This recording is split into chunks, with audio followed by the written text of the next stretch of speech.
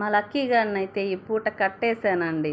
కట్టేయడానికి మనసు ఒప్పకపోయినా ఇంకేం చేస్తాం, నా పని అయిందాక కట్టేద్దామని చెప్పి ఫ్రీగా వదిలేస్తే సున్నం పెచ్చులు, మట్టి, వెంట్రుకలు ఇవన్నీ నోట్లో పెట్టుకుంటుందండి.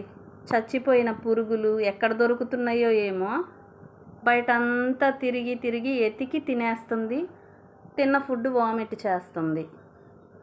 ఇంకా నా పని ఏముందండి, వంటగదిలో కనీసం 2-3 గంటల పని ఉంటుంది కదా, ఆ పని అయిందాక ఇలా కట్టేస్తే ఏమీ తిందని చెప్పి ఇంకా దాని బొమ్మలు అక్కడ వేసేసాను. కాసేపు గింజుకుంది, కట్టేసామని చెప్పి ఇంకా అలవాటయ్యింది. కాసేపు కూర్చుంది చూడండి. కాసేపు ఆగి పాపం నాకు పని అయిపోతే తీస్తానండి. ఇద్దండి, ఈ పని అంతా ఆగిపోయిద్ది మళ్ళీ. చూడండి ఇంకా ఎన్ని అంట్లు ఉన్నాయో. ఇవి తోమాను, ఇంకా ఉన్నాయి. ఇంకా వంట చేయలేదు. పింకీ తేజుకి మాత్రం క్యారేజీ పెట్టేశాను. ఇంక ఇక్కడేమో బట్టల పని ఉంది, నానబెట్టాను. జాడించడానికి నీళ్ళు కూడా రెడీగా పెట్టుకున్నా. ఇలా షింకులో అంట్లు తోమి దగ్గర 6 నెలలు అవుతుందండి. మాకు షింక్ అయితే బ్లాక్ అవుతూ ఉంటుంది.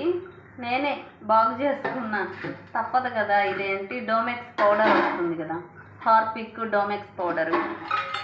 ఇంకా అది వేసి ఒక గ్లాస్ వాటర్ అయితే వేసానండి. ఇంకా ½ అన్ అవర్ తర్వాత ½ బకెట్ వాటర్ పోసేసాను. ఇంకా క్లీన్ అయిపోయింది.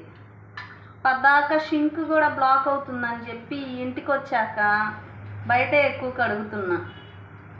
ఇంక ఇలా కాదులే, మనకి ఇదివరకటి రోజుల్లో అంటే లేవు, ఇప్పుడు అవైలబుల్లో ఉన్నాయి కదా షింక్ క్లీనింగ్ పౌడర్స్ కూడా.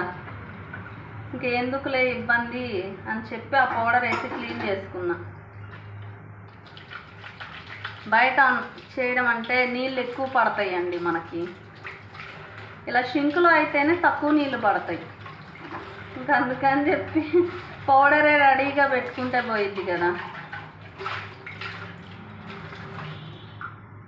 మా లక్కీ గారిని అయితే ప్రస్తుతానికి కట్టేశాను, చూసారుగా.